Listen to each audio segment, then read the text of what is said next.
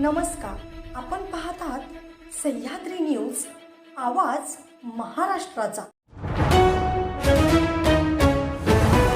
साताऱ्यात एकतर्फी प्रेमातून शाळकरी मुलीला चाकूचा धाक, युवकावर पोस्को अंतर्गत गुन्हा।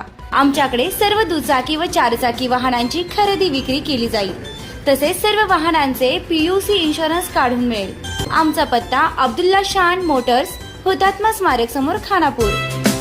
प्रोप्रायटर आमिर अब्दुल पीरजादे।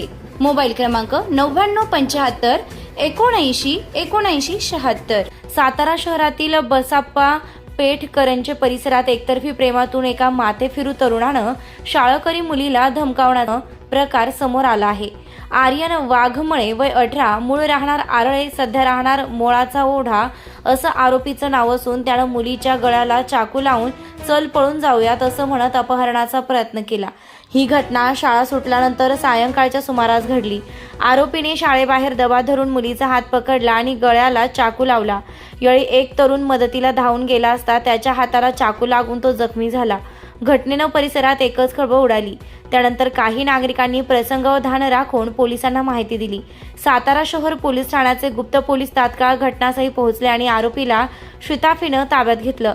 यावेळी जमावाने आरोपीला चोप दिलाय। मिळालेल्या माहितीनुसार आर्यन याने यापूर्वीही संबंधित मुलीचा पाठलाग करत त्रास दिला होता। डिसेंबर महिन्यात मुलीचे कुटुंब दुसरीकडे राहायला गेले तरी त्याने तिचा माग पिछा केला।